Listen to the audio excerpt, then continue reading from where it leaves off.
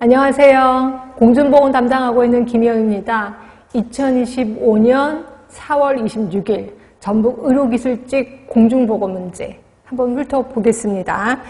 자, 어땠어요? 일단 너무 어렵지 않았어요? 네, 저도 깜짝 놀랐습니다. 와, 이런 문제도 나오는구나 하고 깜짝 놀랐는데, 일단 공중보건학의 개념이 5문제 정도 나왔고 가장 많이 나온 게 역학 부분입니다. 항상 역학 부분은 1위, 랭킹 1위를 차지하고 있는 건 아실 거고요. 네, 통계 이제 2문제 나왔는데 이 중에서 놀란 건 병상용률입니다. 물론 병상용률은 경북에서 한 번 나온 적이 있었습니다. 2017년인가 한 번 나온 적이 있었거든요. 근데 그때는 그냥 그 뜻을 물어봤어요. 근데 설마 계산하는 게 나오겠어? 라고 했는데 계산하는 게 나왔습니다. 근데 제가 이거 강의할 때도 이거 계산하는 걸 연구사 쪽에서는 계산하는 게 나오는데 우리 쪽에서는 나오지는 않을 겁니다. 라고 얘기했었던 기억이 나요. 그래서 좀 속상해 죽겠습니다. 아주 간단한 계산이었는데 계산하는 문제가 좀 나왔었거든요. 요거 때문에 조금 여러분들 멘붕 상태에 좀 빠졌을 겁니다. 그 다음에 이제 계획된 행위로는 나올 게 나왔고, 학교 보건교육에서. 그 다음에 요것도 좀 힘들었을 거예요. 물론 IADL은 좀 알기 쉬웠을 거고, 요거요. 알코올 사용장의 선별 도구. 요거 제가 정말 속상하지만 알려드릴까 하가 막 고민하다가 알려드리지 않았던 게 요거거든요. 요게 시험에 나왔습니다. 그래서 제가 땅을 치고 후회를 좀 했었었는데. 그리고 또 하나 환경보건에서는 하천에서의 사람 건강 보호 기준이 나왔는데 의기직에서 나올 문제다라는 생각으로 제가 감탄을 했습니다. 항상 의기직에서는 암기력을 요하는 문제가 나오더라고요. 치사하게 수치 하나 갖고 장난 놀고 이런 것들이 좀 나왔는데 요거 별로 신경을 안 썼던 사람 건강 보호 기준 그 수치 이거 갖고 시험 문제가 나왔습니다. 그래서 이것도 역시 여러분들이 조금 멘붕 상태에 빠졌을 거다라는 생각이 좀 들었습니다. 식중독을 좀 아셨을 거고, 그 다음에 또 하나 제가 감탄을 했던 것 중에 하나가 요거. 코비드19 방역 단계와 기준이요. 요게 2020년에 방역 단계를 제시했었거든요. 그 솔직히 요새는 코비드가 이제 거의 유행이 끝났잖아요. 이 문제가 뒤늦게 나온 겁니다. 제가 깜짝 놀랐습니다. 이런 문제를 내다니. 그죠? 그 다음에 또 하나, 이제 조금 약간, 한 게, 약간 제가 감탄 비슷하게, 여러분이 약간 그 함정에 빠졌을 수도 있겠다라는 문제가 민슬로 교수가 제시한 지역사회 공동의 노력이요. 공동의 노력에 마지막에 그게 있었을 거예요. 조기 치료요. 근데 이 공동의 노력에는 조기 치료를 위한 의료의 조직화거든요. 의료의 조직화.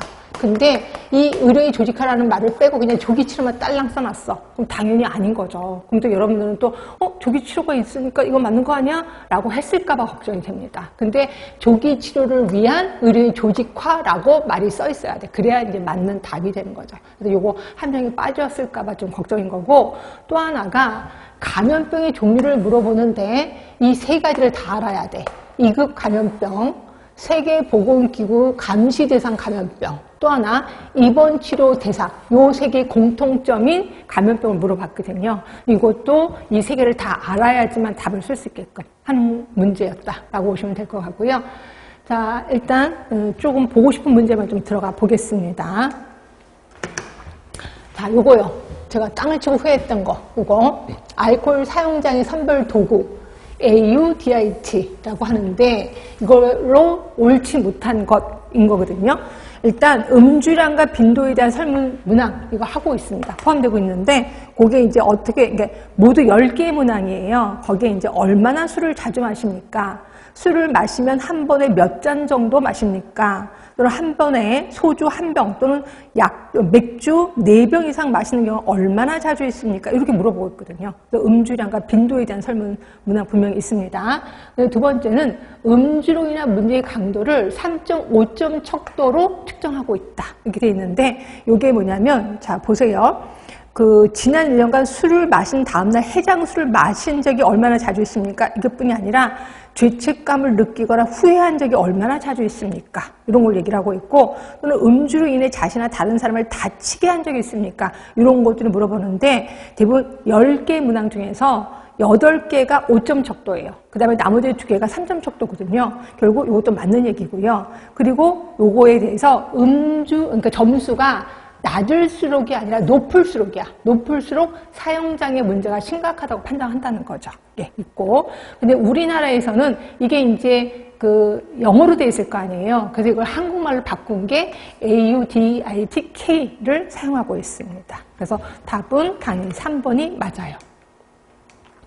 자, 두 번째 방역단계입니다. 자, 방역단계인데, 요거는 제가 2020년에 그때 이제 방역단계를 얘기한 건데, 그때 당시에 방역단계가 기준이 크게, 자, 총 5단계였거든요. 1단계, 그 다음에 1.5단계, 그 다음이 2단계, 그 다음에 2.5단계, 그 다음에 3단계. 여러분 분명 이 시기를 겪었을 거예요. 겪었고, 그때 당시에 막 매스컴에서 엄청 많이 떠들었었던 거 기억은 나는데, 이걸 그렇게 자세히 신경 쓰셨던 분들은 별로 없었을 겁니다. 근데 이제 1단계는 대부분 이게 이제 생활방역이야, 생활방역.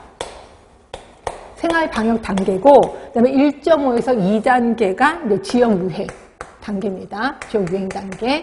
그 다음에 2.5에서 3단계 요게가 이제 전국유행 단계라고 보시면 될 것 같고요. 그러면서 이 명수를 정확히 제시를 했는데, 이제 수도권은, 여기 이제 생활방역은 수도권이 100명 미만. 다 미만입니다. 그리고 비수도권이요. 그래서 충청, 호남, 경북, 경남권은 뭐 30명. 그다음에 강원, 제주권은 10명. 그래서 여기서 10명 내지, 그러니까 비수도권입니다. 비수도권은 10명에서 30명을 미만일 때, 이걸 이제 생활 방역으로 잡은 거고요. 그 다음에 요 지역 유행은 요거, 그러니까 수도권은 100명 이상입니다. 그리고 비수도권은 10명에서 30명 이상일 때 지역 유행으로 잡은 거고, 전국 유행은 2.5단계는 자, 400명에서 500명일 때. 400명에서 500명 이상일 때.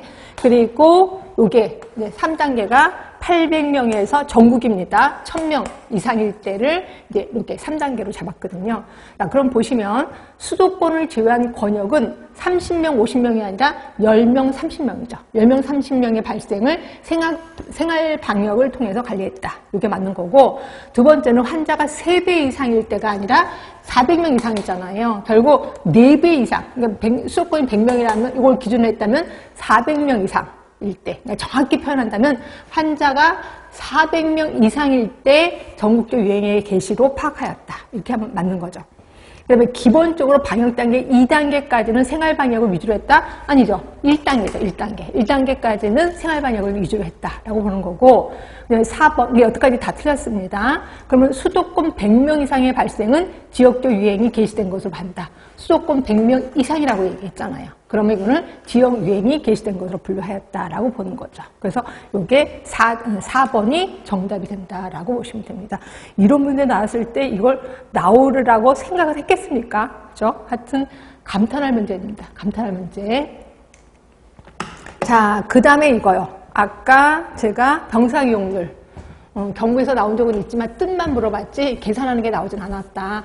연구사 문제는 당연히 계산하라고 나옵니다. 근데 이제 이쪽에서도 계산하라고 나온 게 감탄했다라고 했는데, 여기는 이제 힌트가 허가병상이 1000개고, 그 다음에 가용병상이 800개예요. 그리고 평균 지원 환자가 720인데, 자, 분자는 지원 환자 720명이 들어갑니다. 근데 분모가 허가병상 수가 들어가느냐, 가용병상 수가 들어가느냐, 이게 이제 문제거든요. 근데 거기에 우리 책에는 이렇게 써 있을 겁니다. 가동되는 병상이 실제 환자에게 의용된 비율이야. 결국 분모는 가동되는 병상을 쓰셔야 돼. 그럼 가동되는 병상은 800이죠. 800. 그리고 퍼센트니까 곱하기 100을 하셔야 되겠죠. 그래서 계산하면 90%가 나올 겁니다. 그래서 답은 3번이 되는 거죠. 자, 그 다음에 문제입니다. 비례 사망이에요. 자, 비례 사망은 이건 우리 책에 분명히 있습니다. 그래서 우리 책에 있는 내용을 정확하게 보셨다면 답을 좀 구할 수 있었을 겁니다. 근데 그렇지 않고 그냥 슬쩍 넘어가셨으면 여기 이제 발목을 잡았던 게 이 문제일 건데, 일단 첫 번째, 전체 사망자 수 중에 특정 원인에 의한 사망한 사람들의 분율을 나타내는 게 비례사망. 결국 비례사망은 우리가 알고 있는 비례사망률, 비례사망 지수가 있잖아. 근데 그게 다 분모가 사망자 수거든요. 사망자 수 중에 특정 원인, 그래서 비례사망 지수는 50이 넘어서 죽은 사람, 또는 비례사망률은 한 특정 특정 원인에 의한 사망 이거거든요. 그래서 결국 첫 번째는 맞는 얘기. 그러면 두 번째는 같은 인구 집단에서 사망 원인 변화의 시간적 흐름에 따른 차이를 보기 위한 거. 그래서 비례 사망은 집단이 하나 집단이어야 돼. 하나 집단에서 시간의 흐름에 따라 또는 같은 집단에서 50대, 40대, 60대의 그 변화를 보기 위해서 하는 게 역시 비례 사망이거든요. 그리고 3번을 보시면 전체 사망자 수 중에 50이 넘어서 죽은 사람이 차지하는 분율, 이게 우리가 알고 있는 비례 사망 지수잖아요. 비례 사망 지수. 그죠?